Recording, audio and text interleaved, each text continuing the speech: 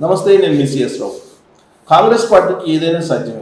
ఏ party చేయలేనటువంటి సాహసం చేయాలన్నా, ఏ పార్టీ చేయలేనటువంటి అభిప్రాయాన్ని తీసుకోవాలన్నా, ఏ పార్టీ ఇవ్వనటువంటి హామీలు ఇవ్వాలన్నా కాంగ్రెస్ పార్టీ తర్వాతనే. సో దీనికి సంబంధించి అసలు ఎలాంటి సంచలన నిర్ణయాలు తీసుకుని కాంగ్రెస్ పార్టీ అనేది చూసాం ఏపీ కాంగ్రెస్ విషయంలో. దాని మీద ఇంటాక్ట్ అయ్యేటువంటి ప్రయత్నం చేద్దాం. ప్రస్తుతం AP Congress party working president Sunkara Padmasri గారు మనతోటి ఉన్నారు. ఇంటాక్ట్ అయ్యే ప్రయత్నం చేద్దాం. నమస్తే అండి. నమస్తే అండి. నమస్తే madam.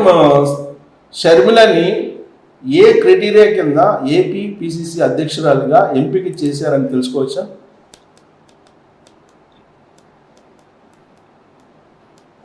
YS Sharmila Reddy, I feel it's YSR గారి, అదేవిధంగా కాంగ్రెస్ రక్తం, భావజాలం అవన్నీ కూడా నిండుగా ఆమెలో ఉన్నాయని చెప్పి రాహుల్ గాంధీ గారు, మల్లికార్జున ఖర్గే గారు నమ్మారు. కాబట్టి ఆమెని ఈ రోజున ఆంధ్రప్రదేశ్ కాంగ్రెస్ కమిటీకి అధ్యక్షురాలుగా అపాయింట్ చేయడం జరిగింది.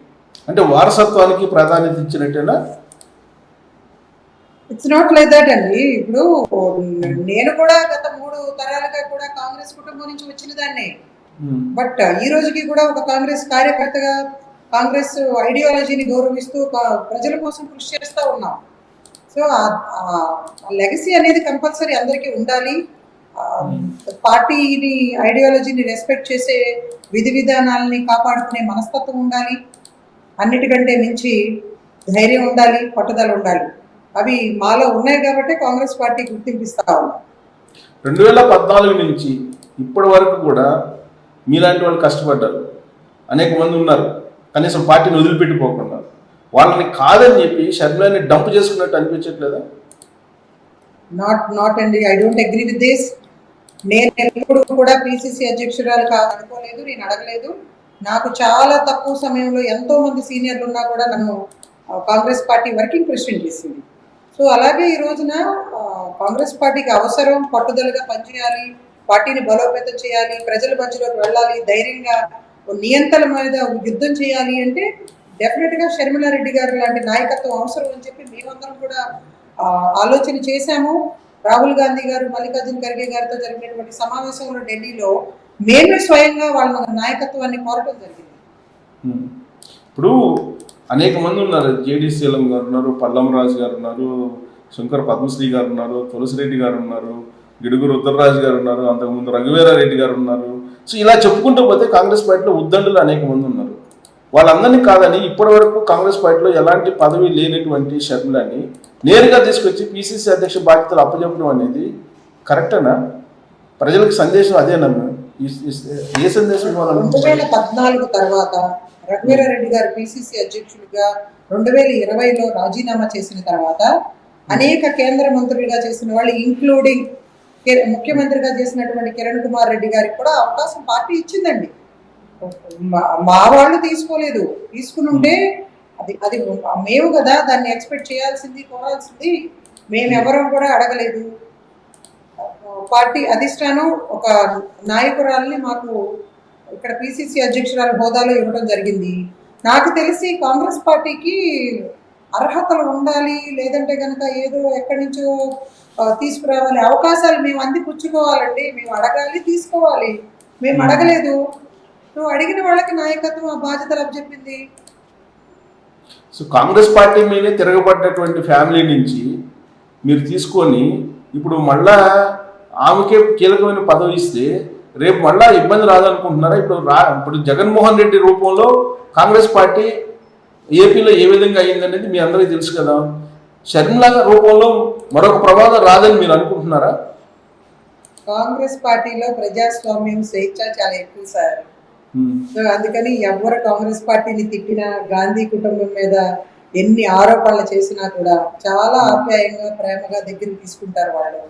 సో ఆవిడ స్వయంగా వెళ్ళి సోనియా గాంధీ గారిని, రాహుల్ గాంధీ గారిని, మల్లికార్జున ఖర్గే గారిని కలిసినప్పుడు వాళ్ళతో మాట్లాడినప్పుడు వాస్తవాలు తెలుసుకున్నారు ఆవిడ. సో నా తప్పైపోయింది, మాకు వాస్తవ విషయాలు తెలియలేదు, తప్పుడు ప్రచారాలు, అబద్ధాలు ప్రచారం చేయడం జరిగింది. జగన్మోహన్ రెడ్డి గారు మాకు అన్ని అబద్ధాలు చెప్పారు. ఇంత రాజశేఖర రెడ్డి గారి మీద ఇంత ప్రేమ ఉందని చెప్పి, ఆ కుటుంబం మీద ఇంత అభిమానం ఉందని చెప్పి నాకు అర్థం కాలేదు అని చెప్పి ఆవిడ ఒప్పుకోవడం జరిగింది. అదే విషయాన్ని స్వయంగా ఇడుపులపాయలో రాజశేఖర రెడ్డి గారి సమాధి దగ్గర కూడా మీడియా ద్వారా ఆ మెసేజ్ ప్రజలకు ఇవ్వడం జరిగింది. సో నో రిగ్రెట్స్ అండి, we all are very happy and we are totally హార్ట్సియర్లీ supporting YS Sharmila Reddy leadership.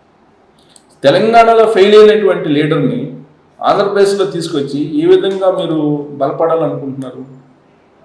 మీరు ఎందుకు అనుకుంటున్నారండి ఆవిడ తెలంగాణలో ఫెయిల్ అయిందని చెప్పి? జగన్మోహన్ రెడ్డి లాంటి వ్యక్తి జైల్లో ఉంటే పార్టీని మొత్తం భుజాల మీద వేసి నాయకులకి కార్యకర్తలకి మనోధైర్యాన్ని ఇచ్చి అండగా ఉండి పాదయాత్ర చేసి జగన్మోహన్ రెడ్డిని ఈ రోజున ముఖ్యమంత్రి స్థానంలో కూర్చోబెట్టిన వైఎస్ షర్మిలారెడ్డి, సరే జగన్మోహన్ రెడ్డి ఆమెని పట్టించుకోకుండా వదిలేశాడు, ఎటువంటి ప్రాధాన్యత లేకుండా అంత కష్టపడినటువంటి చెల్లిని. ఆమె నాయకత్వ లక్షణాలు ఉన్నాయి కాబట్టి నాయకురాలుగా ఆవిడ ఎదగాలి కాబట్టి తెలంగాణలో అక్కడ పార్టీ పెట్టడం జరిగింది. అక్కడ అనేక ప్రజా సమస్యల పైన ఫైట్ చేయడం జరిగింది, కేసులు పెట్టారు, అరెస్టులు చేశారు, ఆమెని హౌస్ అరెస్టులు పైగా కూడా ఎదుర్కొని చాలా ధైర్యంగా తెలంగాణలో కూడా 3000 కిలోమీటర్ల పైగా పాదయాత్ర చేశారు ఆవిడ. సో అక్కడ ఫెయిల్ అవడం ఏంటండి? ఆవిడ త్యాగం చేశారు ఒక రకంగా చూసుకుంటే. గాంధీ గారు రాహుల్ గాంధీ గారిని కలిసిన తర్వాత ఆవిడకి కొన్ని విషయాలు అర్థమైన తర్వాత తెలంగాణలో ప్రభుత్వ వ్యతిరేక ఓటు బ్యాంక్ అనేది చీలటం ఇష్టం లేదు కాబట్టి అది కాంగ్రెస్ పార్టీకి పూర్తిగా ఓటు బ్యాంక్ రావాలి, కాంగ్రెస్ పార్టీ అధికారంలోకి రావాలని కోరుకుని ఆవిడ త్యాగం చేశారు. ఓకే, ఆ త్యాగం ఫలితంగానే ఏపీపీసీసీ అధ్యక్షురాలా?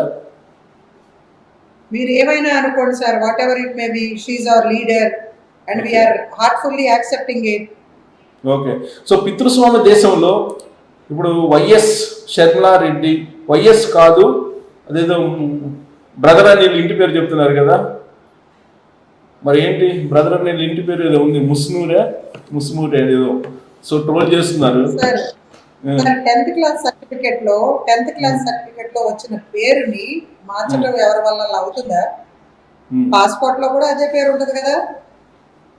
సో నా పేరు శంకర్ పద్మశ్రీ ఎలా అయింది సార్? నా భర్త సర్నేము భక్త, మరి నేను శంకర్ పద్మశ్రీగా నా పేరు లేదా? 10th క్లాస్ సర్టిఫికెట్ లో ఉన్న పేరు ఎక్కడైనా భారతదేశంలో చలామణి అవుతుంది, అదే పేరు కంటిన్యూ చేసుకోవచ్చు. ఈ రోజున వైఎస్ఆర్ పేరు వైసీపీ పార్టీలో లేదు కాబట్టి వైఎస్ షర్మిలారెడ్డి గారు ఈ రోజున పెద్ద ఎత్తున ప్రజలకు వెళ్తా ఉన్నారు, ప్రజలు ఆదరిస్తా ఉన్నారు కాబట్టి భయపడిపోయి ఆవిడ అస్తిత్వాన్ని ఆవిడ పేరు కూడా అడ్డం పెట్టుకుని చాలా చండాలంగా నీచమైనటువంటి రాజకీయాలు చేస్తున్నారు ఈ వైసీపీ. ఇప్పుడు షర్మిలా శాస్త్రిగా మీరు చూస్తున్నారా, షర్మిలా రెడ్డిగా చూస్తున్నారా? వైఎస్ షర్మిలారెడ్డి ఈ పేరు ఎవరు అవునన్నా ఆవిడ పేరు వైఎస్ షర్మిలారెడ్డి, ఆమె వైఎస్ రాజశేఖర్ రెడ్డి గారి బిడ్డ. మీరు ఇప్పుడు గూగుల్లో చూస్తే కనుక వైసీపీ వాళ్ళు ట్రోల్ చేస్తుందని అంటే గూగుల్లో కూడా అప్డేట్ చేసినట్టున్నారు, మురుసుపల్లి షర్మిలా శాస్త్రి అని మార్చేశారు. ఖైదీ నెంబర్ 6093 ఎవరు అంటే జగన్మోహన్ రెడ్డి గారు పేరు కనిపిస్తుంది సార్ గూగుల్లో. వీటి గురించి మాట్లాడుకోవటం కంటే కూడా నేను మిమ్మల్ని రిక్వెస్ట్ చేస్తా ఉన్నాను, ఆంధ్రప్రదేశ్ రాష్ట్రం సర్వనాశనం అయిపోయింది.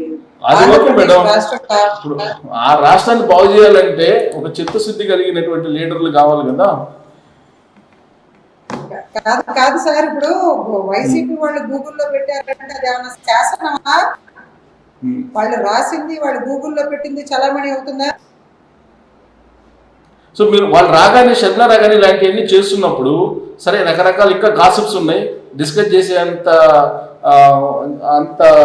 ధైర్యం కూడా నేను చేయట్లేదు, అవన్నీ మీ దృష్టికి తీసుకురాదలుచుకోలేదు. బట్ ఆమె మీద జరుగుతున్న వ్యక్తిత్వ హననం అనే దాని మీద మీరు ఎందుకు అక్కడ ఉండేటువంటి మహిళా కమిషన్కి కంప్లైంట్ చేసేటువంటి ప్రయత్నం చేయలేదు? సార్ ఈ రోజున చాలా స్పష్టంగా నేను మీడియా ద్వారా ఖండించడం జరిగింది. ఇంకా ఎక్కువ చేస్తే మాత్రం నిజంగా చెప్తున్నాను, ఎవడైతే ఇష్టం వచ్చినట్టు మా నాయకురాలు వైఎస్ షర్మిలారెడ్డి గారి గురించి కమెంట్ చేస్తారో వారి ఇంటికి వెళ్ళి కొడతానికి కూడా నేను సిద్ధంగా ఉన్నాను. దానితో పాటు చాలా స్పష్టంగా లీగల్గా అవసరమైనటువంటి చర్యలన్నీ కూడా ఆంధ్రప్రదేశ్ కాంగ్రెస్ కమిటీ